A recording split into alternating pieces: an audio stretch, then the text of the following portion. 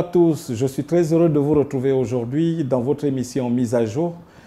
Mise à jour, c'est votre émission sur les sciences et les techniques. Et aujourd'hui, nous allons parler de quelque chose qui intéresse les PME, PMI.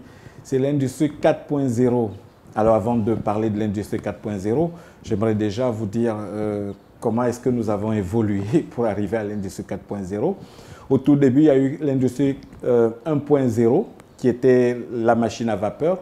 Ensuite, nous avons eu l'industrie 2.0 qui était l'électricité et après l'industrie 3.0 qui était la robotique. Et aujourd'hui, nous sommes à la 4e révolution industrielle qu'on appelle l'industrie 4.0 et qui est essentiellement soutenue par le numérique ou le digital selon que vous êtes anglophone ou francophone. Alors l'industrie 4.0, c'est toutes les façons d'optimiser la production, de changer nos méthodes de travail, d'intégrer un certain nombre d'outils au sein des process.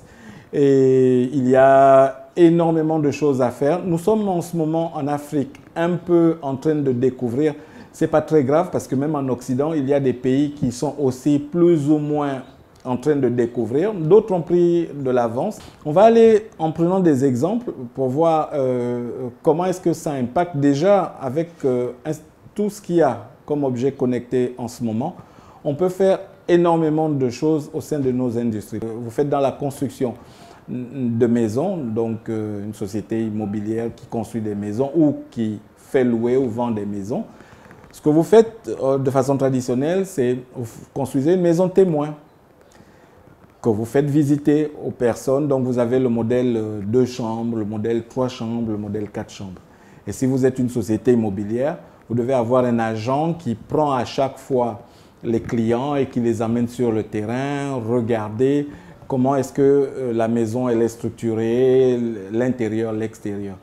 À l'ère de l'industrie 4.0, vous n'avez pas besoin de construire de maison, vous avez simplement besoin d'avoir des outils qui vous permettront de construire de façon virtuelle votre maison et d'envoyer ces fichiers à vos clients pour qu'ils puissent voir à quoi ressemble leur projet de maison. Ils vous ont dit, je veux une maison de 3 chambres, je veux qu'il y ait ceci, je veux qu'il y ait un balcon, je veux... Alors vous travaillez avec eux et vous construisez cette maison de façon virtuelle, c'est ce qu'on appelle le jumeau ou le double.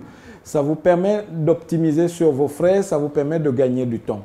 Pour les architectes aussi, c'est la même chose. Ils peuvent faire des plans qui feront visiter, qu'ils enverront en numérique à leurs clients. Et on gagne énormément de temps. Maintenant, allons-y dans des industries où il y a des machines-outils. Là-dessus, on insère dans des vieilles machines. Par exemple, vous avez des machines qui ont un certain âge, 10 ans, 15 ans, 20 ans, qui n'ont pas d'outils numériques intégrés.